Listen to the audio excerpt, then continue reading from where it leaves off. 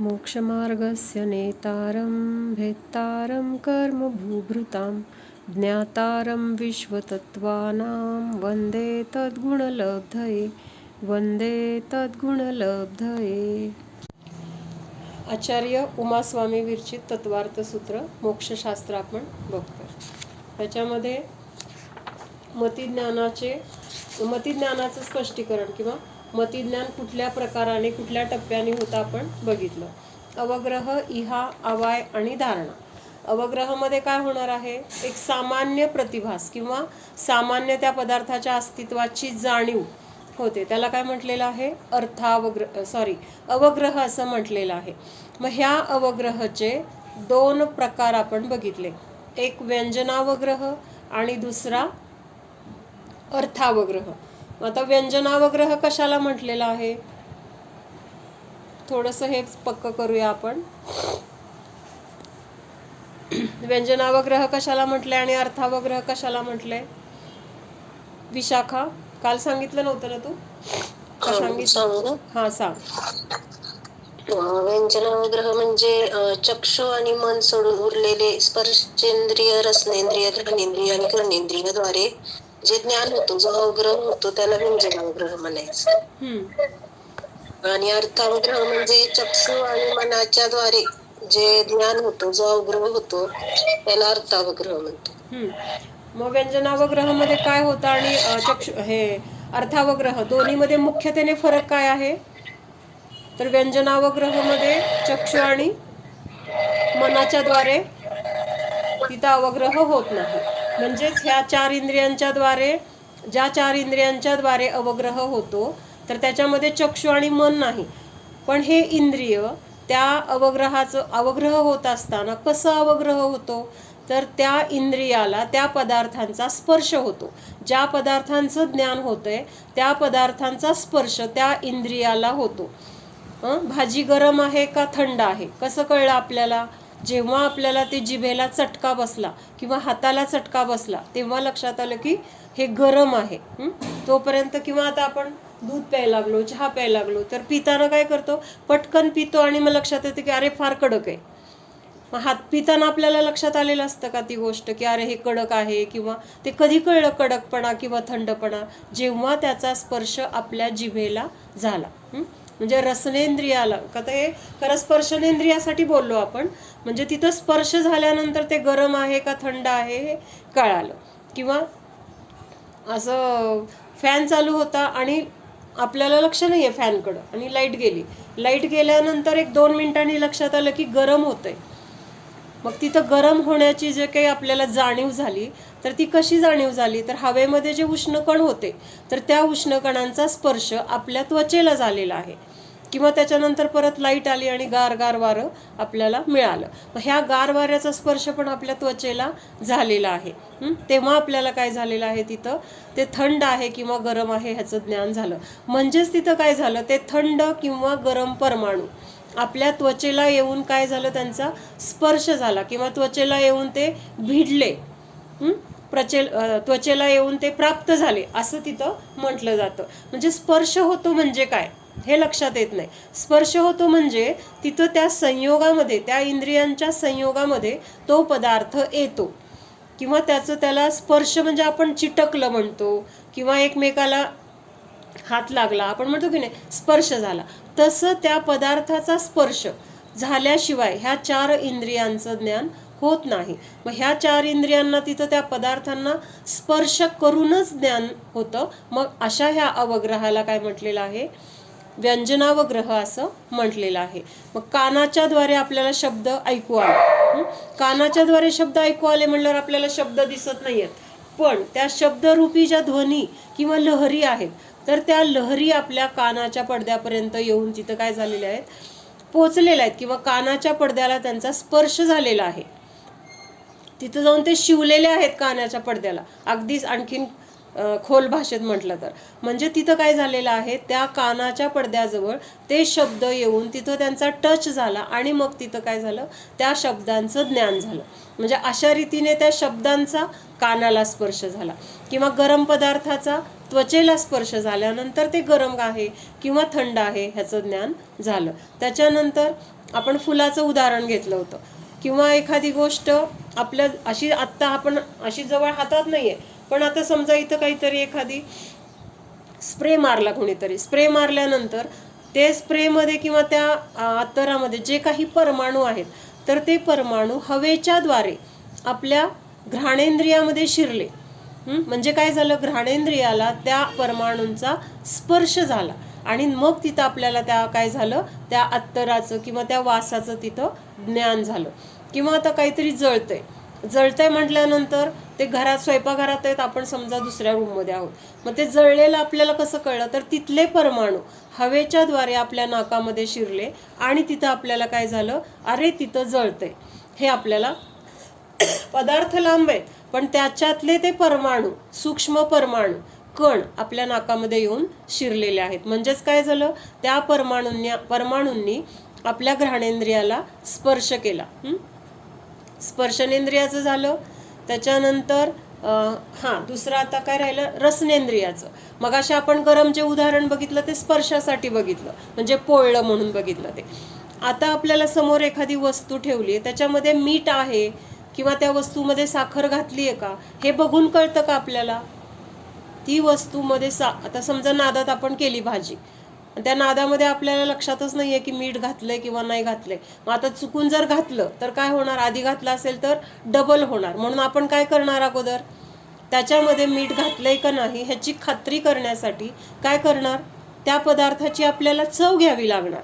नुसतं बघून कळतंय का ह्याच्यात मीठ आहे किंवा नाही. म्हणजेच त्या मिठाची चव घेण्यासाठी त्या भाजीचा स्पर्श आपल्या जिभेला होणं किंवा त्या भाजीला जिभेवर ठेवून तिथं त्या पदार्थाला चाखणं गरजेचं आहे.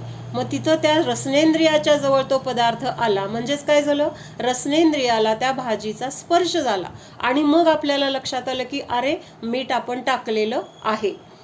बरं झालं बघितलं, नाहीतर डबल झालं असतं. म्हणजे असं आपल्याला काय करावं लागलं, तिथं त्या चवीने लक्षात घ्यावं लागलं किंवा त्या पदार्थाची चव घेऊन आपल्याला लक्षात घ्यावं लागलं की ह्याच्यामध्ये मीठ आहे का नाही. म्हणून तिथं म्हटलं की त्या पदार्थाचा स्पर्श होऊन ज्ञान झालं. म्हणून ह्याला काय म्हटलेलं आहे, व्यंजनावग्रह. म्हणजे चारही इंद्रिय काय करतात, तिथं त्या पदार्थाचा स्पर्श करतात. स्पर्श झाल्यानंतर आपल्याला तिथं काय होतोय, त्याचा अवग्रह होतोय. आता हे जे आपण म्हणलं ना की मीठ आहे का नाही कळलं वगैरे, तर ह्याच्यामध्ये पूर्ण व्यंजनावग्रह नंतर अर्थावग्रह पण झालाय. अर्थावग्रह नंतर इहा आवाय धारणा हे सगळं झालंय, मग मतिज्ञान झालंय बरं का. पण फक्त आत्ता आपल्याला अवग्रह मधला भेद बघण्यासाठी आपण हे स्थूल रूपाने बघतोय. तर मग तिथं लक्षात आलं, चार इंद्रियांना स्पर्श कसा होतो, ते होतो म्हणजे काय होतं हे लक्षात आलं नसेल तर म्हणून परत एकदा आज रिपीट केलं की ह्या चार इंद्रियांना डायरेक्ट त्या पदार्थाला किंवा त्या वस्तूला तिथं काय करावा लागतो, स्पर्श करावा लागतो. नाहीतर कानाजवळ तिथं किंवा नुसतं असं तोंडाजवळ ती वस्तू नेली तरी सुद्धा आपल्याला चव त्याची कळणार नाही. किंवा ते शब्द कानापर्यंत आतपर्यंत पोहोचले नाहीत तर त्यांचा आपल्याला भावभाषण किंवा त्यांचा आवाज, त्या शब्दामध्ये काय सांगितलं हे काही शब्दच ऐकू येणार नाहीत. आणि आता चक्षुच्या द्वारे काय होतंय, आपल्याला काय दिसतंय, आपल्या घरामध्ये जे जे काही आपल्या समोर आहे सगळं आपल्याला दिसतंय. पण ते सगळं दिसत असताना त्या सगळ्या वस्तू आपल्या डोळ्याला स्पर्श करतायत का, आपल्या डोळ्यामध्ये त्यांचा प्रवेश होतोय का, नाही. तर डोळ्यापासून ठराविक अंतरावर त्या वस्तू आहेत, म्हणजेच त्या वस्तूंचा आपल्या डोळ्याला स्पर्श होत नाही. स्पर्श न होता त्या वस्तूंचा जो काही अवग्रह होतोय तर त्याला तिथं काय म्हटलेलं आहे, अर्थावग्रह म्हटलेलं आहे. तसंच मनाचं पण आहे. मनामध्ये आपण सगळ्या गोष्टींचा विचार केला, काय काय म्हणजे जे आत्ता आपल्या समोर असतील पण आणि नसतील पण. मग त्या वस्तूंचा विचार करण्यासाठी समजा आता आज काय एखादा पदार्थ करायचा आहे, त्या पदार्थाला लागणाऱ्या वस्तू घरात आहेत का. आपल्याला सकाळी उठल्यानंतर, जाग आल्यानंतर म्हणा किंवा रात्री झोपताना डोक्यात असतं की नाही, उद्या हे करायचे, उद्या ते करायचे. मग त्यावेळेस आपण विचार करतो, ही डाळ आहे का किंवा ते पीठ आहे का, भाजी आहे का. मग आपल्या आहे एवढं तर आपण बघितलेलं आहे, तेवढं असणार आहे. किंवा भाजी ही आपण परवा आणलेली आहे. मग आपल्याला तेव्हा मनाच्या द्वारे हा विचार करताना ती भाजी, त्या वस्तू आपल्या समोर आहेत का, नाही आहेत, तर त्या त्यांच्या ठिकाणी आहेत. पण मनाने काय केलेलं आहे, त्या गोष्टींना जाणलेलं आहे. म्हणजे त्या गोष्टींचा विचार करण्यासाठी मनाला पण त्या गोष्टींना जाऊन स्पर्श करण्याची गरज पडली नाही. म्हणून चक्षु आणि मनाच्या द्वारे जे काही अवग्रह होणार आहे किंवा अवग्रहाच्या द्वारे जेवढं काही ज्ञान होणार आहे, तर ते ज्ञान कसं होतंय, त्या वस्तूला स्पर्श न करता होते. ती वस्तू समोर असो किंवा नसो तरी होते. म्हणजे आता चक्षुला म्हणजे समोर पाहिजे आणि मनाला म्हणजे समोर असताना पण होते आणि नसताना पण होते. म्हणून तिथं स्पर्श करत नाही, एवढा तिथं महत्वाचा काय आहे, मुद्दा आहे. व्यंजन आणि अर्थ ह्या दोन अवग्रहामध्ये फरक मुख्यतेने काय आहे, तर एक ठिकाणी स्पर्शाच्या द्वारे ज्ञान होते आणि एक ठिकाणी स्पर्श न करता ज्ञान होते. स्पर्श करणे म्हणजे प्रत्यक्ष तिथं त्या पदार्थाचा त्या इंद्रियाला काय होतोय, तर चिटकलं जाते किंवा त्या इंद्रियाच्या जवळ जाऊन तिथं त्याला म्हणजे चव घ्यावी लागते किंवा त्या अनुभव करावा लागतोय त्या गोष्टीचा, त्या वस्तूचा, तेव्हा तिथं ज्ञान होतंय. यांचे दृष्टांत बघितले काल, म्हणजे सुरू केलं होतं आपण. काय सुरू केलं होतं, अर्थावग्रह आणि व्यंजनावग्रह यांचे दृष्टांत, म्हणजे ज्याद्वारे आपल्याला ह्या दोन्हीतला फरक आणखीन आपल्याला स्पष्ट होईल. तर काल आपण एक उदाहरण बघितलं होतं, पुस्तकाचा स्पर्श झाला आपल्याला आणि त्याद्वारे आपल्याला तिथं अव्यक्त किंवा अप्रकट असं जे ज्ञान झालं, तर त्याला व्यंजनावग्रह असं म्हटलेलं आहे. पण हे पुस्तकाचा स्पर्श आपल्या त्वचेला झाल्यानंतर पण काय झालंय, उस वस्तू का ज्ञान प्रारंभ होने पर भी, म्हणजे ज्ञान तिथं व्हायला सुरुवात झालेली आहे, तरी पण ते ज्ञान आपल्या पकडीत यायला तिथं काही काळ वेळ जातोय. काल बघितलं होतं ना, कुछ समय तक ज्ञान नहीं होता किंवा कुछ समय तक वह ज्ञान अपने को प्रकट रूप नाही होता. म्हणजे त्या ज्ञानाची आपल्याला जाणीव तर होत नाही, पण तिथं काय होतंय, त्या ज्ञानाला सुरुवात झालेली आहे किंवा ज्ञान होण्याची जी प्रक्रिया आहे ती सुरुवात झालेली आहे. आता अगदी स्थूल उदाहरण घ्यायचं म्हटलं तर काय झालं की एखादा म्हणजे आजार झालाय, काहीतरी आजार झाला किंवा ताप आलाय, समजा ताप आलाय म्हणून आपण डॉक्टरांकडे गेलो आणि डॉक्टरांकडे गेल्यानंतर ते काही टेस्ट वगैरे केल्या. मग त्यावेळेस डॉक्टरांनी काय सांगितलं की हे तुम्हाला आज बाहेर पडलाय, पण हे ताप येण्याची जे काही म्हणजे जंतू असतील किंवा बॅक्टेरिया, व्हायरस जे काय असतील, तर त्यांचा प्रवेश शरीरामध्ये 4 दिवसापूर्वी 8 दिवसापूर्वी झालेला आहे. म्हणजे त्या किटाणूंनी किंवा त्या बॅक्टेरियाने आपल्या शरीरामध्ये त्यांचं जे काही अस्तित्व दाखवण्याचं काम सुरू केलेलं आहे. पण आपल्याला बाहेर कधी आलं ते कळलं का, आपल्याला त्या बॅक्टेरिया आपल्या शरीरामध्ये गेल्यात किंवा आपल्याला इन्फेक्शन झालंय आणि त्या इन्फेक्शनचं काहीतरी आपल्याला त्रास सुरू झालाय, आपल्याला लक्षात कधी आलं, 4 दिवसांनी किंवा 8 दिवसांनी, जेव्हा ते ताप बाहेर पडला तेव्हा. पण ताप आज बाहेर पडला म्हणजे आज इन्फेक्शन झालंय का, इन्फेक्शन अगोदर सुरू झाले, फक्त आपल्या लक्षात कधी आलंय, थोडं उशिरा लक्षात आलंय. तसं इथं व्यंजनावग्रह होत असताना त्या ज्ञान होण्यासाठी सुरुवात तर झाली आहे, पण ते ज्ञान झालेलं आपल्या लक्षात यायला तिथं काय होतोय, काही वेळ जातोय किंवा त्या ज्ञानाचं आपल्याला ज्ञान होतंय ही गोष्ट लक्षात येत नाही. त्याला व्यंजनावग्रह म्हटलंय किंवा त्यावेळेस त्याला अव्यक्त असं म्हटलंय. पदार्थ तर स्पर्श करून होत आहेत, पदार्थाचं ज्ञान तर तिथं त्या इंद्रियाला, म्हणजे पदार्थ इंद्रियाला स्पर्श करतायत, पण त्याद्वारे झालेलं ज्ञान मात्र कसं आहे, अप्रकट आहे.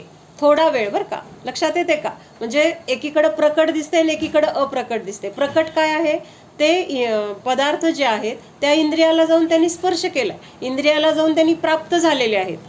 प्राप्त झाले म्हणजे स्पर्श झाला, हे लक्षात येते ना. तर त्या इंद्रियांना जाऊन ते पदार्थ प्राप्त झालेत, स्पर्श झालाय, पण त्याद्वारे झालेलं जे ज्ञान आहे, तर ते ज्ञान पटकन लक्षात येत नाही. ज्ञान व्हायला तर सुरुवात झाली, पण ते प्रकट लवकर होत नाही. त्या अपेक्षेने त्याला तिथं अव्यक्त किंवा अप्रकट म्हटलंय.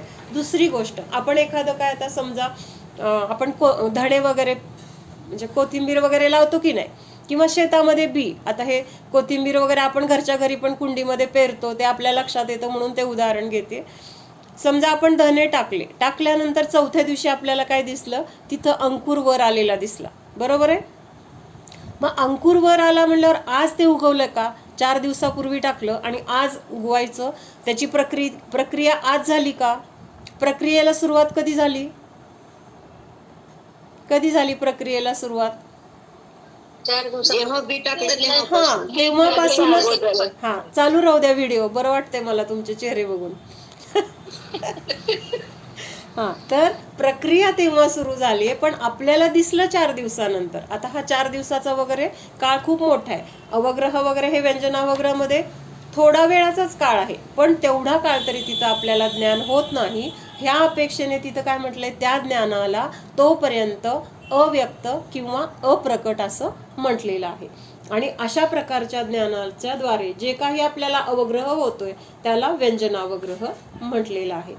आणि आता चक्षुच्या द्वारे जे ज्ञान, त्याच पुस्तकाला पाहिलं, पुस्तक पर दृष्टि पडने पर पहले जो ज्ञान प्रकट रूप होता है वह व्यक्त अथवा प्रकट पदार्थ का अवग्रह अर्थात अर्थावग्रह कहलाता है. मग इथं पुस्तक डोळ्यांनी पाहिल्यानंतर तिथं पुस्तकाचं ज्ञान होण्यासाठी तिथं मध्ये काळ गेला नाहीये, पटकन तिथं त्याचं ज्ञान झालंय, म्हणून तिथं प्रकट ज्ञान म्हटलं गेलंय आणि त्याला अर्थावग्रह म्हटलंय. तसं ह्या बाकीच्या 4 इंद्रियांच्या द्वारे असं प्रकट ज्ञान होत नाही, किंवा ते झालेलं ज्ञान आपल्या लक्षात यायला काही काळ जातोय मध्ये. काळ म्हणजे खूप घ्यायचं नाही, काही समय घ्यायचे. समय कशाला म्हटलंय लक्षात येतंय? समय कशाला म्हटलंय कोण सांग? काळ मोजण्याचं सगळ्यात छोटं परिमाण काय आहे तर समय. म्हणजे ह्या समयाला, त्याला आपण परत त्याचा विभाग करू शकत नाही. सगळ्यात छोटं कमीत कमी काय असेल तर त्याला समय म्हटलेला आहे. जसं पुद्गल परमाणू, एक पुद्गल परमाणू काय आहे? सगळ्यात सूक्ष्म किंवा पुद्गलाचा तो काय आहे? पुद्गल आहे, पुद्गल द्रव्य. तर पुद्गल द्रव्य त्याचं स्वतंत्र अस्तित्व म्हणजे काय आहे तर शुद्ध परमाणू. मग हा शुद्ध परमाणू केवढा आहे? इतका सूक्ष्म आहे की त्याचा दुसरा भाग होऊ शकत नाही. तसं हे काळाचं काय आहे तर परिमाण किंवा युनिट आपण म्हणतो ना, मोजण्याचं साधन सगळ्यात कमी काय आहे तर समय असं म्हटलंय. मग हा व्यंजनावग्रह होत असताना ते ज्ञान काही काळासाठी अव्यक्त आहे. मग तो काळ किती आहे? काही समयांचा तो काळ आहे. म्हणजे समय म्हणजे अगदी छोटा आहे. आणि असे काही एक 5-7 समय असतील, 10 समय असतील, तर ते काय आहे तिथं तेवढा काळ ते ज्ञान अव्यक्त आहे.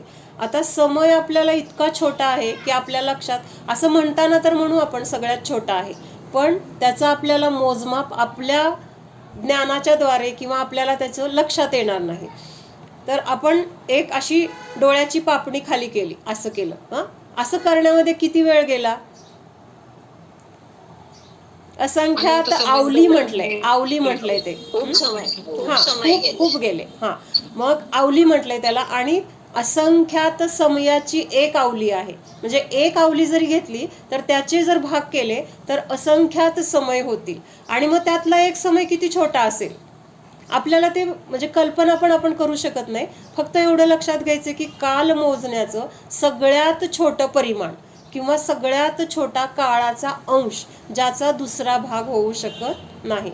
आपण म्हणतो ना, एक आहे मग एकचा अर्ध करा.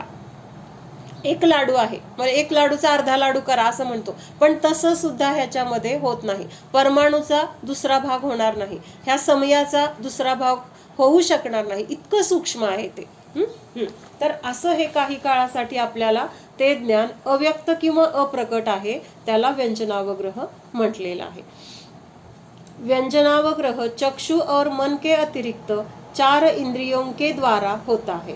व्यंजनावग्रह के बाद ज्ञान प्रकट रूप होता है, उसे अर्थावग्रह कहते हैं. आता आणखीन लक्षात येईल छान की बाबा व्यंजनावग्रह झाला, जोपर्यंत होत नव्हता तोपर्यंत ते ज्ञान कसं होतं? अप्रकट होतं.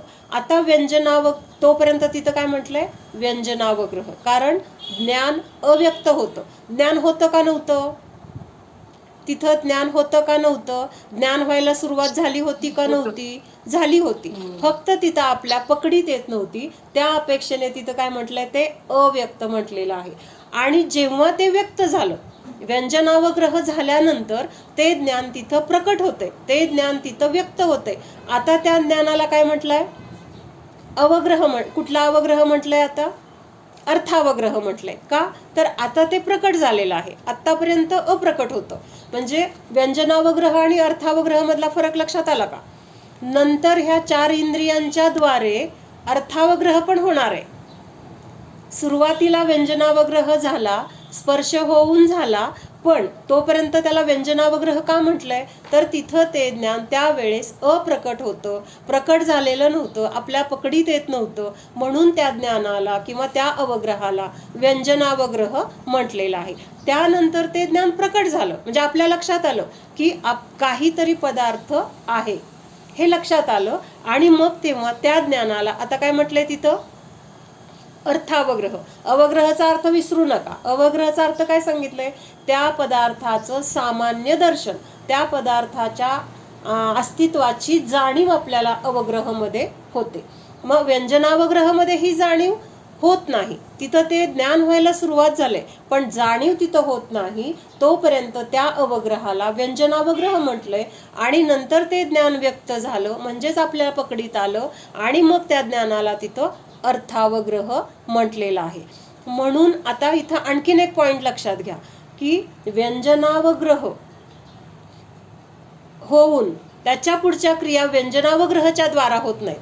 म्हणजे आता व्यंजनावग्रह अवग्रह आहे ना, अवग्रह नंतर काय होणार आहे? इहा होणार आहे, आवाय होणार आहे, धारणा होणार आहे.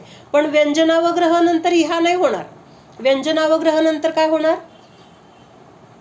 काय होणार? अर्थावग्रह होणार आणि मग इहा होणार. लक्षात येते का? अवघड वाटतंय? सगळ्यांच्या लक्षात येते का? हा हा ठीक आहे. हा म्हणजे असे ते टप्प्यामध्ये आपले पहिले जे 4 टप्पे होते, काय टप्पे होते? अवग्रह, इहा, अवाय आणि धारणा. तर ह्या अवग्रहामध्ये हे 2 टप्पे हे आपण सूक्ष्मतेने बघितले पुढे जाऊन. का बघितले? कारण तिथं इंद्रियांच्या जाणण्यामध्ये काहीतरी फरक आहे. 4 इंद्रियांच्या द्वारे स्पर्श करून जाणलं जातंय, आणि चक्षु आणि मनाच्या द्वारे न स्पर्श करता जाणलं जाते. मग चक्षु हे 4 इंद्रियांच्या द्वारे जाणत असताना ते ज्ञान काही काळासाठी किंवा जेवढ्या काळासाठी तिथं अव्यक्त आहे, आपल्या पकडीत येत नाही, तोपर्यंत त्या ज्ञानाला, त्या अवग्रहाला व्यंजनावग्रह म्हटले. आणि जेव्हा ते ज्ञान व्यक्त झालं, जेव्हा ते ज्ञान आपल्या पकडीत आलं, त्या पदार्थाच्या अस्तित्वाची आपल्याला जाणीव फक्त झाली, की तिथं काय म्हटलेलं आहे? प्रकट अवग्रहाला तिथं अर्थावग्रह असं म्हटलेलं आहे. लक्षात येतंय? व्यंजनावग्रह चक्षु और मन के अतिरिक्त 4 इंद्रियों के द्वारा होता है. व्यंजनावग्रह के बाद ज्ञान प्रकट रूप होता है, उसे अर्थावग्रह कहते हैं. चक्षु और मन के द्वारा अर्थावग्रह होता है.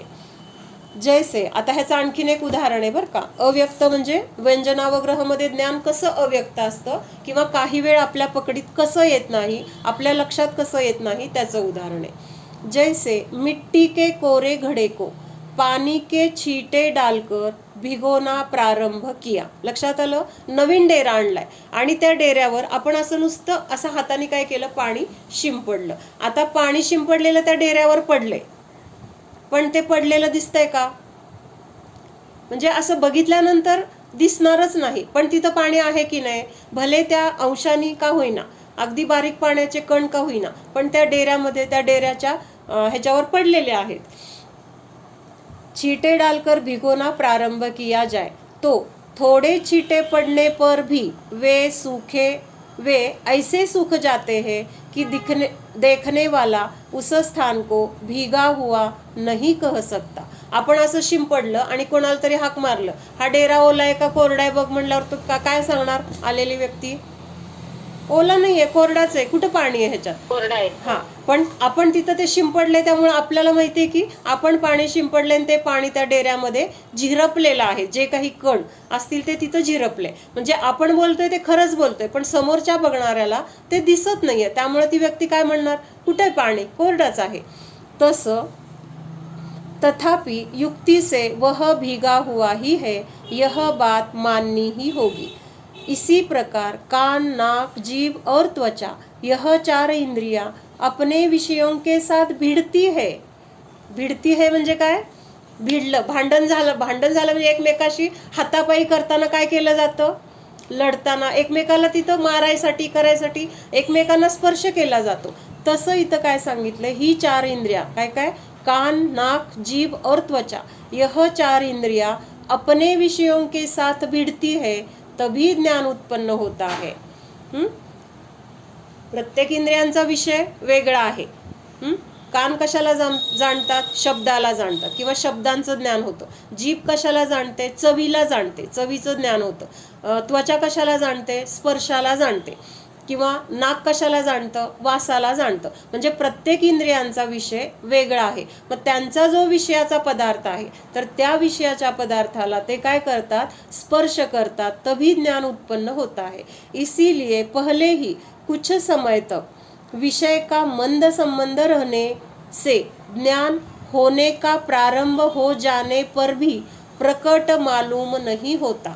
त्या डेऱ्यावर पाणी टाकले पण आता तिथं काय आहे, दिसत नाहीये। मग आपण काय केलं, परत अजून टाकायला सुरुवात केलं।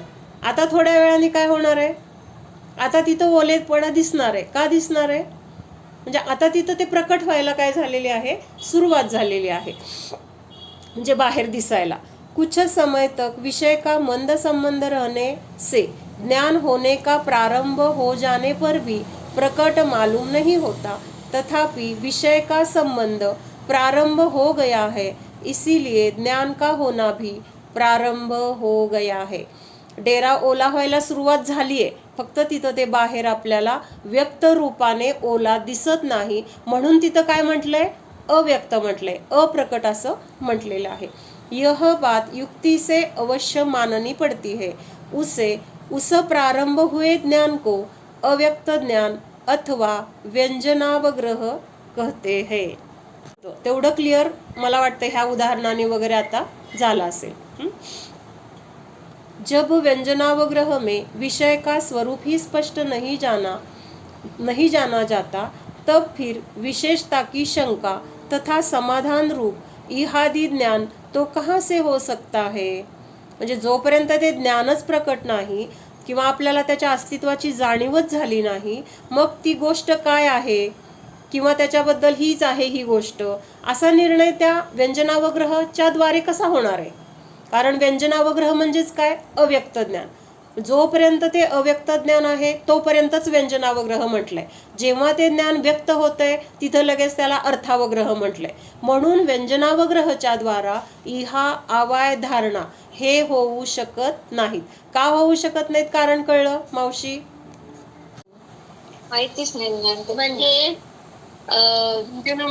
व्यंजनावग्रहामध्ये कसं फक्त ती वस्तू आहे, स्पर्शाने किंवा ह्याच्याने आपण जाणू शकतो की काहीतरी वस्तू आहे, पण ती प्रत्यक्षात बघितल्याशिवाय किंवा त्याचं आकलन झाल्याशिवाय ते आपल्याला कळणार नाही। म्हणजे प्रत्यक्ष वस्तू काय आहे हे लक्षात माहितीच नाही। व्यंजनावग्रह मध्ये एवढं लक्षात अव्यक्त आहे, पण त्या अस्तित्वाची जाणीव आपल्याला होत नाहीये, कळलं का। म्हणजे घरामध्ये म्हणजे आता जाऊ दे, ठीक आहे, आपण मग अशी रोगाचं उदाहरण बघितले, लागण झालेली आहे रोगाची, किंवा समजा अगदी आपण असं बघूया की काही ठिकाणी असं झालेलं असतं की लास्ट स्टेजला कॅन्सर आहे हे डिटेक्ट झालं। कधी कळलं कॅन्सर आहे म्हणून, अगदी 4था स्टेज आहे आता, आणि तेव्हा कळलं। मग आत्ता कळलं म्हणजे तो कॅन्सर आत्ता झालाय का, त्याची सुरुवात कधीतरी वर्षापूर्वी झालेली आहे। तेव्हा काहीही त्रास नाहीये, कुठल्या गोष्टीचं तिथं बाहेरून आपल्याला जाणवत नाहीये की इथं काहीतरी रोग असला पाहिजे, काही नाहीये, पण सुरुवात कधी झाली आहे, 1 वर्षापूर्वी, म्हणजे खूप काळ झाला, किंवा 4 महिन्यापूर्वी झाली, 6 महिन्यापूर्वी झाली। मग तिथं त्या कॅन्सरचं आपल्या शरीरामध्ये अस्तित्व आहे का नाही, का जेव्हा आपल्याला कळलं तेव्हा अस्तित्व आहे का, त्याचं अगोदर नव्हतं का, आहे, अस्तित्व आहे, पण आपल्याला 1 वर्षानंतर कळलंय। म्हणून तसं इथं काय झालंय, अवग्रह ह्या 4 इंद्रियाच्या द्वारे जो होतोय, डोळे आणि मन सोडून बाकीच्या 4 इंद्रियांच्या द्वारे जो अवग्रह होतोय, तर तो कसा होतोय, अवग्रह तर तिथं होतोय पण आपल्या पकडीत येत नाही। अजून कॅन्सर आहे हे आपल्याला कळालंच नाही, पण कॅन्सरचं अस्तित्व आपल्या शरीरामध्ये आहे, किंवा त्यांनी त्यांचं काय तिथं काम चालू केलेलं आहे, सगळीकडे पसरण्याचं वगैरे, इंद्रियांना कमजोर करण्याचं, शक्ती कमी करण्याचं, हे काम त्यांनी चालू केलंय, पण आपल्याला आता ते लक्षात येत नाही। मग अशा त्याला काय म्हटलेलं आहे, गुप्त म्हटलं आपण, की बाबा तो रोग अजून कळलाच नाही आम्हाला, होता पण आमच्या लक्षातच आलं नाही, काही जाणवलंच नाही असं म्हणतो. पण तिथं त्या रोगाचं अस्तित्व जसं स्वीकारलं जातं नंतर, की 1 वर्षापासून होता हे आपल्याला नंतर टेस्ट वगैरे केल्यानंतर कळतं, तसं हे 4 इंद्रियांच्या द्वारे, कानाच्या, नाकाच्या, त्वचेच्या आणि रसनेंद्रियाच्या द्वारे जे काही ज्ञान होतंय आपल्याला अवग्रह, तर तो अवग्रह, त्या ज्ञानाचं ज्ञान सुरू झालेलं आहे अवग्रह होण्याचं, पण ते व्यक्त होत नाही, आपल्या लक्षात येत नाही, तोपर्यंत त्या ज्ञानाला काय म्हटलंय, व्यंजनावग्रह म्हटलंय. आणि मग अवग्रहामध्ये काय अवग्रहाची व्याख्या काय केली आहे, त्या पदार्थाच्या अस्तित्वाची जाणीव होते, तो पदार्थ आहे हे आपल्याला कळतं. मग असं ते व्यक्त ज्ञान जेव्हा होतं, तर त्यावेळेस काय झालेलं आहे, तो व्यंजनावग्रह तिथं अर्थावग्रहामध्ये बदललाय. अर्थावग्रहामध्ये बदललाय म्हणजेच काय झालंय, ते ज्ञान आता तिथं प्रकट झालेलं आहे. कॅन्सर आहे हे डिटेक्ट झालं आता, म्हणजेच आपल्याला लक्षात आलं की अरे अगोदरपासून होता, आत्ता मला कळलं, ह्याचा अर्थ असं नाहीये तो आत्ता झालाय, तो अगोदरपासूनच झालेला आहे. तसं हे व्यंजनावग्रह ह्या 4 इंद्रियांच्या द्वारे होत असताना तो आपल्या पकडीत येत नाही, म्हणून त्याला अव्यक्त किंवा तिथं अप्रकट ज्ञान, आणि त्यालाच व्यंजनावग्रह म्हटलंय. आणि मग जेव्हा हे व्यंजनावग्रहाचं जे ज्ञान आहे तर ते प्रकट होणार आहे, ते बाहेर येणार आहे, त्यावेळेस त्या बाहेर आलेल्या ज्ञानाला किंवा प्रकट झालेल्या ज्ञानाला तिथं म्हटलेलं आहे अर्थावग्रह. आणि मग अर्थावग्रह झाल्यानंतर आता पुढच्या इहा आवाय धारणा होणार आहेत. आता मागाचा माझा प्रश्न काय होता, की व्यंजनावग्रहामध्ये किंवा व्यंजनावग्रहाच्या द्वारे इहा आवाय आणि धारणा का होत नाहीत, तर इहा कधी होते आपल्याला, इहा म्हणजे काय, तुमच्याकडून उत्तर पाहिजे मला. जाणण्याची पदार्थ जेव्हा आपण डोळ्यात, म्हणजे अवग्रहामध्ये ज्या पदार्थाची आपल्याला तिथं जाणीव झाली आहे की पदार्थ आहे, हा, तर त्या पदार्थाला जाणण्याची आपल्याला जिज्ञासा कुठं होते, इहामध्ये होते. मग इहामध्ये जी जिज्ञासा होते ती कधी होणार आहे, त्याच्या अगोदर आपल्याला व्यक्त अवग्रह पाहिजे. व्यक्त अवग्रह पाहिजे म्हणजे काय, त्या पदार्थाची आपल्याला जाणीव झाली पाहिजे की पदार्थ आहे, पदार्थाचं अस्तित्व इथं आहे, पदार्थाचं दर्शन झालेलं आहे, हे आपल्याला अवग्रहामध्ये लक्षात आलं पाहिजे. आणि हे आपल्याला व्यंजनावग्रहामध्ये लक्षात येत नाही, लक्षात येतं ते अवग्रहामध्ये येतं, आणि त्यामुळं तिथं व्यंजनावग्रहाच्या द्वारे इहा आवाय धारणा या गोष्टी होत नाहीत, कारण तिथं व्यक्त झाल्याशिवाय जिज्ञासा कशी होणार. काय, जर आपल्याला अजून कॅन्सर डिटेक्टच झाला नाही किंवा आपल्याला त्याचं काय म्हणजे त्याचे हे पण दिसत नाहीत, सिम्पटम्स म्हणा, किंवा त्याचे काही व्यक्त रूपाने त्रास दिसत नाहीये, आणि मग आपण अशा कशा कल्पना करू शकणार की काय रक्ताचा कॅन्सर आहे, हाडाचा कॅन्सर आहे, किंवा अजून कुठला मेंदूचा कॅन्सर आहे, काहीच आपण कसं काय म्हणणार ना. व्यक्त जेव्हा होणार आहे तेव्हा आपल्याला मग तिथं ती जिज्ञासा, कसला कॅन्सर आहे किंवा कॅन्सरच आहे का, असं म्हणजे हे सगळं पुढं होणार आहे. मग हे व्यक्त ज्ञान अर्थावग्रहामध्ये होतं, व्यंजनावग्रहामध्ये होत नाही, ते ज्ञान प्रकट नसतं, म्हणूनच त्याला अव्यक्त किंवा व्यंजनावग्रह म्हटलेलं आहे. जब व्यंजनावग्रह में विषय का स्वरूप ही स्पष्ट नहीं जाना जाता, तब फिर विशेषता की शंका तथा समाधान रूप इहादि ज्ञान तो कहाँ से हो सकता है, इसलिए अव्यक्त का अवग्रह मात्र ही होता है, इहादि नहीं होते.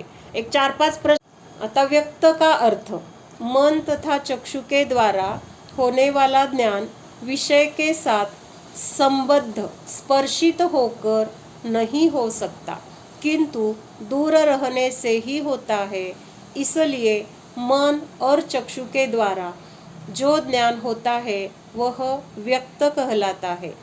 चक्षु तथा मन के द्वारा होने वाला ज्ञान अव्यक्त कदापि नहीं होता, इसलिए उसके द्वारा अर्थावग्रह ही होता है. लक्षात येते ना, डोळ्याच्या द्वारे लगेच समोर वस्तू दिसलीच ना, तिथं काही असं वेळ नाही गेला. हा, इहा आवाय व्हायला एखाद वेळेस वेळ जाईल की जिज्ञासा आहे, मग ती जिज्ञासा निर्णयामध्ये बदलण्यासाठी वगैरे वेळ लागेल, पण तिथं जो अवग्रह होणार आहे, वस्तू आहे हे तिथं जाणण्यासाठी, ते ज्ञान होण्यासाठी तिथं वेळ जाणार नाही. त्यामुळे तिथं प्रकट किंवा व्यक्त असं म्हटलेलं आहे. अव्यक्त और व्यक्त ज्ञान. उपरोक्त अव्यक्त ज्ञान का नाम व्यंजनावग्रह है. जब से विषय की व्यक्तता भासित होने लगती है, तभी से उस ज्ञान को व्यक्त ज्ञान कहा जाता है. व्यंजनावग्रह मध्ये जे जाणलं होतं ते व्यक्त झालं आणि व्यक्त झाल्यानंतर त्या ज्ञानालाच अर्थावग्रह असं म्हटलेलं आहे किंवा व्यक्त ज्ञान असं म्हटलेलं आहे. उसका नाम अर्थावग्रह है.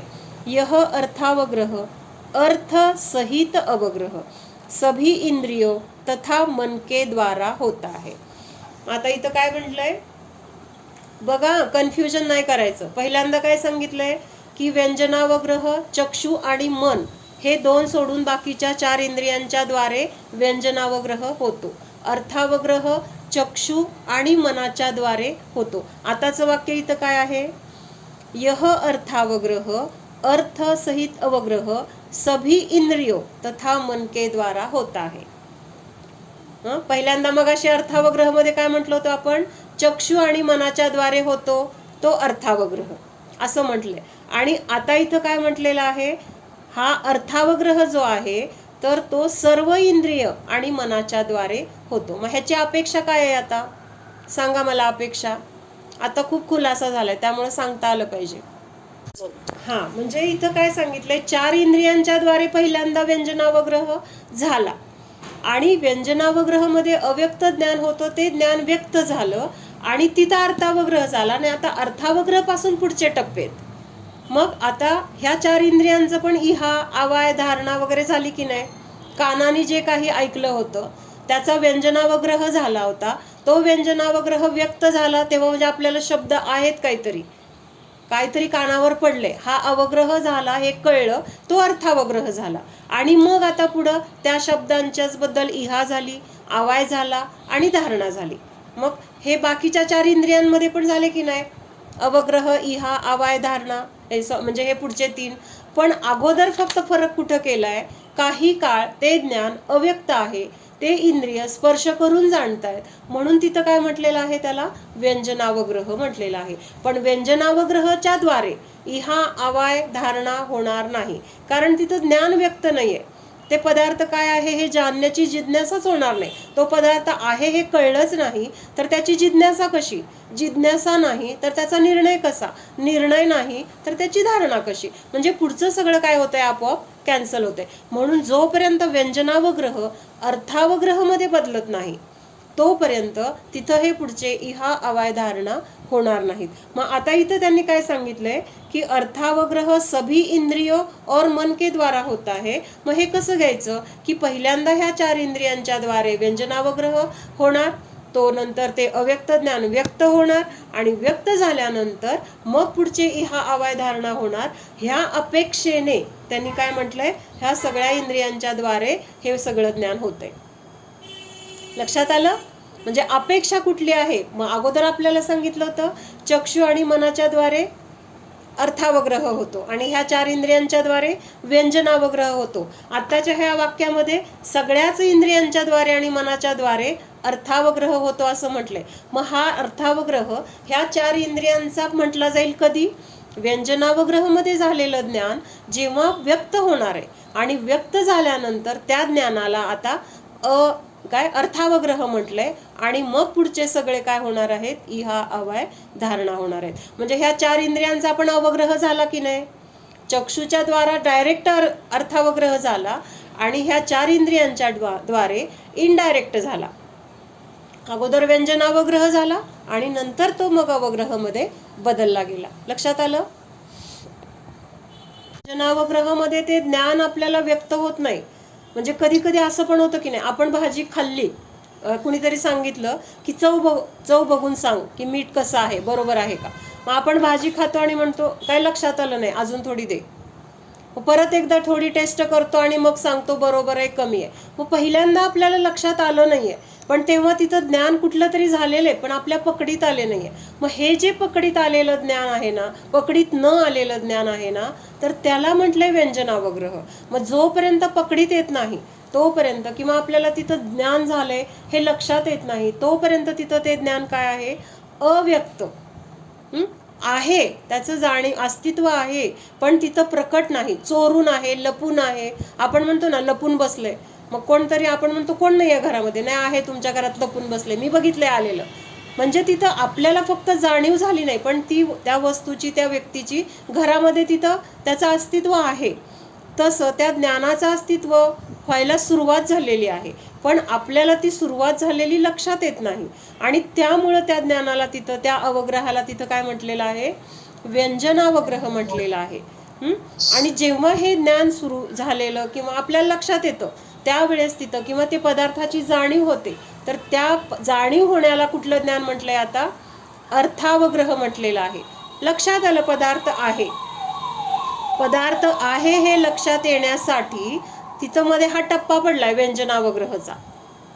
म्हणजे ह्या 4 इंद्रियांसाठी सांगते बरं का. म्हणजे शब्दाचं अस्तित्व, अजून शब्द काय बोललेत हे कळण्यापूर्वी त्या शब्दांचं अस्तित्वाची जाणीव झाली. ही कधी झाली? अर्थावग्रहमध्ये झाली. पण अर्थावग्रहमध्ये त्याची सुरुवात नाही झाली, त्याची सुरुवात अगोदर झाली होती आणि ते आपल्या लक्षात येत नव्हतं. जोपर्यंत लक्षात येत नव्हतं तोपर्यंतचा काळ तिथं त्याला काय म्हटले? त्या ज्ञानाला व्यंजनावग्रह म्हटले. हा काळ खूप थोडा आहे, असं पटापटापटा फास्ट सगळं होतंय. व्यंजनावग्रह होतोय की लगेच अर्थावग्रह होतोय, हा अवाय धारणा सगळं पटापटा होतंय. तिथं वेळ जात नाहीये, आपल्याला समजून घ्यायला वेळ लागतोय, पण प्रत्यक्षात ती क्रिया होताना वेळ लागत नाही. एखादा समोरचा माणूस बोलत असतो, आपण पटकन उत्तर देतो, म्हणजे किती फास्ट हे सगळं करत असताना ह्या सगळ्याद्वारे ते घडतंय. तिथं पहिल्यांदा व्यंजनावग्रह होतोय, ते अर्थावग्रहमध्ये बदलतोय, नंतर इहा आवाय होतोय आणि धारणा होते की 10 वर्षापूर्वी आम्ही अशा अशा गप्पा मारल्या होत्या, आम्ही असं असं बोललो होतो. हे धारणा किती पक्की झालेली असते. म्हणजे धारणा आपल्याला होत नाही असं नाही, पण आपल्याला धारणा कशाची होते? सांसारिक विषयांची होते. धर्माची धारणा होत नाही. आणि धर्माची धारणा होत नाही याला एक कारण आहे, एकतर आपल्याला रुची नाही, किंवा संसाराची रुची जास्त आहे, शरीराची रुची जास्त आहे, त्यामुळे त्या गोष्टींची धारणा जास्त आहे. त्याच्यामध्ये आपलं एकत्व ममत्व आहे. एखादा शब्द कसा पकडून ठेवलेला असतो आपण, ती वेळ गेली, ती व्यक्ती काय गेलेली असेल, कदाचित त्या व्यक्तीचं सुद्धा अस्तित्व राहिलेलं नसतं, पण ते बोललेले शब्द कौतुक केलेले असले तरी पण लक्षात राहतात. माझ्या वडिलांनी माझं असं कौतुक केलं होतं, ते आज असते तर त्यांना किती छान वाटलं असतं. म्हणजे ते शब्द आपल्याला आज धारणा रूपाने आहेत की नाही आपल्याजवळ. फक्त वाईटच म्हणायचे मला असं नाही. तसंच एखाद्याशी झालेलं भांडण असेल, एखाद्याने एकमेकाबद्दल केलेली निंदा असेल, कुणाकडून तरी आपल्यावर झालेले खोटे आरोप असतील, ह्या सगळ्या गोष्टी सुद्धा आपल्या डोक्यामध्ये धारणा रूपाने बसलेल्या आहेत आणि आपल्याला ह्यांची धारणा ठेवायची नाहीये. हे सगळं समजून आपल्या जीवनामध्ये ह्यांचा उपयोग करायचा आहे. काय उपयोग झाला पाहिजे? तर धर्माबद्दल ज्या ज्या गोष्टी मला समजत आहेत, जे तत्वज्ञान मला समजतंय, त्याची मला पक्की धारणा करायची आहे. आणि जे काही सांसारिक गोष्टी असतील, सांसारिक काही जे काही रागद्वेष झाले असतील, ह्या सगळ्या गोष्टींची मला धारणा करायची नाही. एवढं तरी आपल्याला हे समजून डोक्यात आणलं पाहिजे, किंवा असं आपलं तिथं मत किंवा आपले परिणाम झाले पाहिजेत. ठीक आहे, कुठून कुठं गेलो आपण? का राहत नाही माहिती का? हे आपल्या मोबाईलमध्ये जर डाटा जास्त झाला, आता मध्ये काय झालं, टेलिग्रामचे सगळे ऑडिओ उडले. का उडले? जास्त झालं, जागाच नव्हती तिथं. पण तसं आपल्या ह्या संसारातल्या गोष्टी आपण भरल्या त्या उडत नाहीयेत, तशा उडायला पाहिजेत त्या. पण त्या जर उडल्या तर मग हे आपलं तत्वज्ञान तिथं बसायला वेळ लागल. म्हणजे त्या मोबाईलमध्ये बाकीचा डाटा एवढा होता की ते आपले महत्वाचे ऑडिओ उडले. का उडले? तर बाकीच्या गोष्टी जास्त आहेत तिथं. तसं आपल्या डोक्यामध्ये सांसारिक विषय हे खूप आहेत आणि त्यामुळे हे तत्वज्ञानाचे जे काही विचार आहेत किंवा जे काही तत्वज्ञान आहे त्याला तिथं जागा नाहीये. त्यामुळे ते काय लक्षात राहत नाही, विसरलं जातंय, धारणा होत नाही. पण त्याच्या मागं आपण कुठल्या गोष्टीला महत्व देतोय, त्याच गोष्टीची धारणा अजून पक्की करतोय. कळतंय का? पहिली धारणा आहेच, अजून ह्या जन्मामध्ये हे शरीर मिळालं, अनंत भावापासून शरीरं मिळालीत आपल्याला, पण ह्या जन्मामध्ये शरीर मिळाल्यानंतर अजून आपण काय केलं, मी शरीर ही धारणा पक्की केली. म्हणजे समजा आपण 100 वेळा एखादी गोष्ट म्हटली, 100 वेळा म्हणल्यामुळे काय झाले, ती गोष्ट पक्की लक्षात आहे, पाडा आहे. 2चा पाडा 100 वेळा मुलांनी म्हटला, आता त्याचा पाडा कसा पाठ झालाय, झोपेत जरी विचारलं तरी तो सांगतोय, म्हणजे इतकं पक्क झालंय. आणि परत सकाळी त्याला अजून एकदा म्हणायला सांगितलं, मग 100 वेळा म्हणून त्याचा पाठ झाला होता. त्या 100 मध्ये अजून एकची भर पडली की नाही. 100 मध्ये जेवढा पक्का होता त्याच्यापेक्षा आणखीन पक्का, भले एक निका असे ना, पण आणखीन त्याच्यामध्ये काय झालं, पक्क झालं. तसं अनंत काळापासून हे शरीर म्हणजे मी, हे आपले संस्कार किंवा ही धारणा आपण पक्की केलेली होती. मग ह्या जन्मामध्ये पण काय केलं, त्या अनंत भावामध्ये आणखीन एक वाढ केली आपण. म्हणजेच पहिली जेवढी धारणा होती त्याच्यामध्ये आणखीन आपण काय केलं, पक्की केली ती धारणा. मग आता ती धारणा आपल्याला पुसून काढण्यासाठी मी शरीर नाही, मी जीव आहे, ही किती वेळा धारणा करावी लागेल, बरोबर आहे का. ही धारणा पण आपल्याला तेवढ्याच ह्याच्याने करायला लागेल. कशाने, तत्परतेने किंवा तेवढ्या रुचीने, तेवढ्या जिद्दीने. नाही, मला आता ही पहिली धारणा पुसलीच गेली पाहिजे आणि आता मी जीव आहे ही धारणा माझी पक्की झाली पाहिजे. असं आपल्याला तिथं ईर्षेला पेटून आपण एखादं व्यवहारातलं काम कसं करतो, मी करणारच, मी करूनच दाखवणार, तसं हा जन्म आपल्याला मी जीव आहे हे मला स्वतःला समजून सांगण्यासाठी किंवा मला स्वतःला ओळखण्यासाठीच आहे, हे आपल्याला आत्ता इथं करायचंय. आणि त्यासाठी आपला हा भाव आहे आणि त्याच्यासाठी आपण तो वापरायचा आहे. नाहीतर मग आलो आणि गेलो काय, म्हणजे असे धडा धडा धडा धडा अशा बातम्या येतात ना, म्हणजे काय आज आहे उद्या आपण उठणार आहे की नाही माहीत नाही. म्हणजे आपल्याला आश्चर्य का नाही वाटत असं वाटतं मला, की म्हणजे आता ते परवाचं ते लोहगडची बातमी सगळीकडे झाली भरपूर आता. किती आनंदाने तो मुलगा गेला असेल तिथं, आणि म्हणजे पुढच्या क्षणी माझं अस्तित्व नसणार आहे हे माहीत होतं का त्याला. एवढ्या मोठ्या ह्याचा मालक होता, इस्टेटीचा किंवा कुठल्या कंपन्यांचा वगैरे. म्हणजे कशाची भरोसा, म्हणजे त्याचंच आहे, आपलं नाही असं नाही आहे. कधी आपलं काय होईल आपल्याला माहीत नाही. मग आत्ता आपल्याला हे ओळखायचंय, ही धारणा करायची आहे. नाहीतर अवग्रह, आता आपण नुसतं मी जीव आहे जीव आहे म्हणतो, अवग्रह हा फार तर काय मी जीव आहे का, मग तेवढं निर्णय आणि धारणापर्यंत आपण पोहोचतच नाही. बाहेरच्या गोष्टीत पोहोचतोय, सगळ्या गोष्टी अगदी नक्की ना, असं ना तसं ना, अगदी आपण तिथं कसं करतोय, म्हणजे पाळंमुळं खोलून त्याच्यात बघतोय सगळं. पण स्वतःबद्दल ही आपल्याला पाळंमुळं खोलायची म्हणजे रुची नाही आहे. आणि ती रुची समजून घेण्यासाठी आपण किंवा ती रुची होण्यासाठी आपल्याला हे तत्वज्ञान शिकायचंय. ती धारणा आपल्याला करायची आहे की मी जीवच आहे. मग पुढच्या भावात गेलो तरी आपल्याला तिथं ती धारणा उपयोगी येणार आहे. कळलं का. नाहीतर नुसतं अवग्रह आवाय झाला, निर्णय पण केला, पण धारणा जर केली नाही तर पुढच्या जन्मामध्ये परत जे शरीर मिळेल त्या शरीराला मी मानणार, परत त्या शरीराच्या भोगांमध्ये रमणार त्याच्यामध्ये. कारण आता ह्या जन्मामध्ये आपण जे काही स्वाध्याय, जे काही धर्म, पूजा, दान करतोय त्याचं फळ आपल्याला स्वर्ग तर मिळणार आहे. म्हणजे त्याच्यात काही विशेष नाहीये, स्वर्ग मिळणं ह्याच्यामध्ये काहीही विशेष नाहीये. तिर्यांचे वगैरे सुद्धा स्वर्गात जातात. आपण तर मनुष्य आहोत, आपल्याला तर विशेष बुद्धी आहे, मन आहे. मग त्याद्वारे आपण हे जर एवढं करतोय तर आपल्याला स्वर्ग तर मिळणार आहे. पण स्वर्गामध्ये गेल्यानंतर तिथं आपल्याला त्या भोगांमध्ये रमायचंय का, त्या वैभवामध्ये रमायचंय का, त्याच्यामध्ये आपल्याला तिथलं सगळं आपलं आयुष्य घालवायचंय का, हा विचार करायला पाहिजे. मला खरंच खूप वेळा भीती वाटते बरं का, की आपल्याला स्वर्गात वगैरे म्हणजे आत्ता इथं काय होतं आपल्याला, की आपल्या छोट्या छोट्या गोष्टी असतात, नुकसान झालं, त्या गोष्टींचा वियोग झाला, काय तिथं आपल्याला त्याच्याबद्दल काही म्हणजे चोरलं गेलं, काय झालं, किती वाईट वाटतं. छोट्या गोष्टी, एखादा चमचा असतो सापडत नाहीये, किती आकुलता होते की नाही सांगा. एखादा ड्रेस सापडत नाहीये, एखादी साडी सापडत नाहीये, आहे बर का, फक्त कुठेतरी दुसरीकडे ती वस्तू ठेवलेली आहे, आपल्याच घरात आहे, आपणच ठेवलेली आहे. पण जोपर्यंत ती वस्तू सापडत नाही आपल्या डोक्यामध्ये ते विचार किती वेळा येतात. समजा ती गोष्ट आपल्याला शोधायला वेळ नाही मिळाला, अचानक पाहुणे आले, अचानक महत्त्वाचं काम आलं, तर आपण त्यावेळेस ती शोधू शकत नाहीये. आणि मग ती बाकीच्या गोष्टी करताना सुद्धा मला ते शोधायचे, कुठं गेलं, काय झालं, कुठं ठेवलं, चोरला असेल का, कोण घरात येऊन गेलं का, त्यांनी नेलं असेल का. म्हणजे किती कल्पना करतो आपण. म्हणजे जी लोक आपल्या घरामध्ये येऊन गेलीत त्यांना आपण ते लेबल लावतो, ह्यांनी नेलं असेल का, ह्यांच्याकडे गेलं असेल का. आणि नंतर आपल्याला वेळ मिळाल्यावर आपण शोधतो तेव्हा ती गोष्ट सापडते. मग आता हे सगळं जे विचारांच्या द्वारे केलंय, कुणाकुणाला आरोप ठपके लावलेत किंवा लेबलं लावलीत, त्याचं कर्म भोगावं लागणार आहे की नाही? बरं जाऊ दे, ते पण मला आत्ता म्हणायचं नव्हतं. मला आत्ता म्हणायचं होतं की ह्या छोट्या छोट्या गोष्टीचा वियोग झाला, काय आपल्या संयोगातून नष्ट झाला तर एवढी आकुलता होते.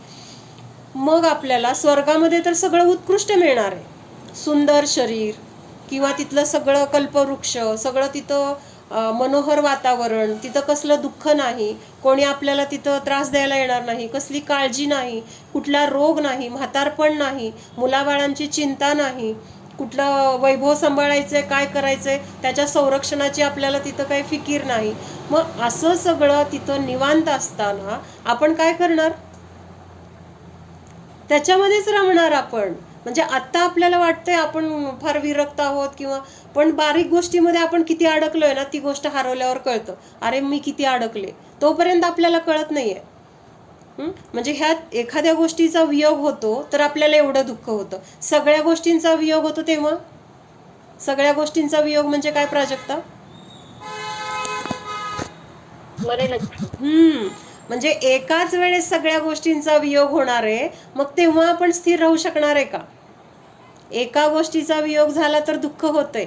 मग आपल्या मनाची आपल्याला किती तयारी करायची आहे की ह्या सगळ्या गोष्टी, एवढं मोठं घर असेल, आपली सगळे नातेवाईक असतील, दागिने, पैसे, मुलं बाळ किंवा घरातल्या छोट्या मोठ्या गोष्टी, ह्या सगळ्या गोष्टींचा वियोग एका वेळेस होणार आहे. हे शरीर मुख्य, म्हणजे ज्या शरीरासाठी आपण आयुष्य घालवले, आपण त्याच्यासाठी सगळ्या प्रकारची पापं केली आहेत, ते सगळं एका वेळेस सुटणार आहे. मग त्यावेळेसची आपली मानसिकता काय असेल? जर आता मला 10 रुपयाचं नुकसान झालेलं सहन होत नसेल तर लाख रुपये गेल्यानंतर मी स्थिर राहीन असं मी म्हणणं कसं योग्य आहे? कुणाला पटेल? आत्ता मला 10 रुपये नुकसान झालेलं सहनच होत नाहीये, त्याच्याबद्दल खूप आकुलता होते, आणि मी काय म्हणते, नाही मी मरताना सगळं सुटताना मी एकदम शांत राहणार आहे. मग तेव्हा जर मला शांत राहायचंय तर मला 10 गेले काय, 1000 गेले काय, लाख गेले काय, आत्ता माझ्या मनाची तयारी झाली पाहिजे. तर मग मला स्वर्गामध्ये गेल्यानंतर पण त्या वैभवाचं मला तिथं काही विशेष वाटणार नाही, त्या भोगामध्ये मला रमावं वाटणार नाही. मग तिथं गेल्यानंतर जर मला रमायचं नसेल तर मला आत्ता इथं त्याची प्रॅक्टिस करायला पाहिजे. आत्ता मला ते जमतंय का? आपण रंगीत तालीम करत होतो की नाही शाळेमध्ये, गॅदरिंगला प्रोग्राम असायचा, पण त्याच्या आधी रोज प्रॅक्टिस करायची, व एक दिवस रंगीत तालीम. कशासाठी? तर तिथं आपल्याला ते छान जमलं पाहिजे, तिथं आपलं काही चुकलं नाही पाहिजे. मग त्याच्यासाठी इतकं आपण कष्ट घेतो अगोदर. मग हे तर आपलं मरण म्हणजे काय आहे, सगळ्यात महत्त्वाची वेळ आहे. ती जर आपल्याला साधली नाही तर आयुष्यभर केलेलं सगळं वाया जाणार आहे. त्यावेळेस जर आपण आकुलतेने मेलो किंवा त्या परिग्रहासाठी हाय हाय करत मेलो किंवा कुणाची तरी काळजी करत मेलो, शरीर सुटतंय म्हणून दुःख करत मेलो, तर काय मिळवलं आपण? कुठेतरी दुर्गतीमध्ये जाऊन पडणार. आत्ता जे आहे त्याच्यापेक्षा कुठल्या तरी खालच्या हलक्या गतीमध्ये आपल्याला जन्म मिळेल आणि तिथे परत हाय हाय करावं लागेल. म्हणून आत्ता आपल्याला काय करायचंय? धारणा. कसली धारणा करायची आहे? की मी जीव आहे, हे सगळा संयोग नियमाने सुटणारा आहे, ह्या सगळ्याचा वियोग होणार आहे. मग कधी पुढं जाऊन होणार आहे. मग आत्ता एखादी गोष्ट माझ्या संयोगातून नष्ट झाली, ठीक आहे, कधीतरी सुटणार तर आहेच. म्हणजे मला काय म्हणायचं, व्यवहारात आपण काळजी वगैरे घेणार, सांभाळायला पाहिजे. पण समजा त्यातून जर असे प्रसंग आले तर त्यावेळेस आपली मानसिकता ही पाहिजे, ठीक आहे मी काळजी घेतली किंवा घ्यायला पाहिजे होती तेवढी घेतली नसेल, त्याची पण ती वियोग होण्याची वेळ आलेली होती आणि झाला वियोग. आता मी त्याच्यामध्ये आकुलता करून ती गोष्ट परत येणार नाही. आत्ताची आकुलता मला पुढे दुःखाला कारणीभूत आहे. मला आता काय करायचं, ह्याच्यापासून मला भेदविज्ञान करायचंय. माझी ती वस्तू नव्हती, वियोग होणार होता, ज्या अर्थी कधीतरी संयोग झाला होता तेव्हाच हे फिक्स होतं की ह्याचा कधीतरी वियोग होणार आहे, आणि तो झाला. हे आपल्याला तत्वज्ञान ज्या त्या वेळेस लावता आलं पाहिजे. मग ती छोटी गोष्ट असेल किंवा मोठी गोष्ट असेल. मी तुम्हाला सांगते म्हणजे मला येतंय असं समजू नका बरं का, पण मला असे विचार येतात, फक्त मी तुमच्याजवळ ते सांगते. की म्हणजे अशी भीती वाटते की स्वर्गात गेलो आणि आपण जर तिथं रमलो, त्या वैभवामध्ये अडकलो तर कसं होणार आपल्याला. त्यापेक्षा ते वैभवच, म्हणजे आत्ता सुद्धा आपल्याला असं फार नको की त्याच्यामध्ये आपण अडकलं जाऊ. जेवढं आहे त्याच्यामध्ये आनंदी राहूया, किंवा जेवढं आहे त्याच्यातनं पण काय गेलं तरी आपल्याला तिथं आकुलता नाही करायची. हे माझ्या मनाला मी सांगण्याचा प्रयत्न करते, आणि ते माझे विचार मी फक्त तुम्हाला सांगितले. बाकी मला फार काही शाणं समजू नका हे सांगायचं. ओम सावधान जाणा, हा मी शुद्ध जीव आहे. जाणणारा आहे, मात्र जाणत आहे. जाणणे सोडून मी अन्य काहीही करणारा नाहीच. जाणा, मी जीव आहे ही धारणा करायची आहे. आजपर्यंत मी शरीर, मी मनुष्य, मी स्त्री, मी पुरुष, मी बालक, मी तरुण अशा धारणा अनादी काळापासून करत आलो आहोत. या धारणाच माझ्या दुःखाचे कारण होत्या आहेत. आता या चुकीच्या धारणा बदलण्यासाठी हा मनुष्य जन्म आहे.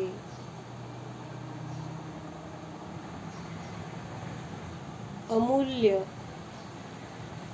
भरपूर पुण्य साठवून हा मनुष्य जन्म, दुर्लभ मनुष्य जन्म मिळाला आहे.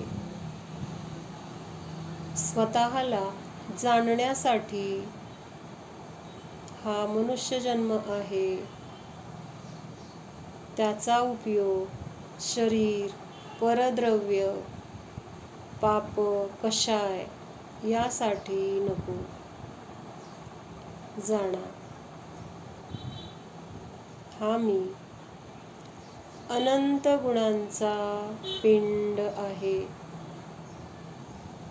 मी जीव आहे, ज्ञानदर्शन स्वरूपी आहे. माझ्यामध्ये अनंत शक्ती आहे. मी अनादी अनंत आहे. माझ्यामध्ये कुठलाही रोग नाही, कुठलाही विकार नाही, कुठलेही भय नाही, चिंता नाही. या सर्व गोष्टींनी रहित असा हा मी निर्भय आहे, निश्चिंत आहे, निरामय आहे, परम सुख संपन्न आहे. हीच धारणा करायची आहे. मी, माझे अस्तित्व अनादी अनंत आहे. माझा कधीही नाश होतच नाही. अनादी अनंत स्वरूपाला जाणले की मरणाचे भय राहत नाही. जाणा, हा मी जन्म मरणाने रहित अनादी अनंत शाश्वत आहे. नाश, वियोग शरीराचा होतो, माझा नाही. जाणा, निर्भय स्वरूपोऽहम्.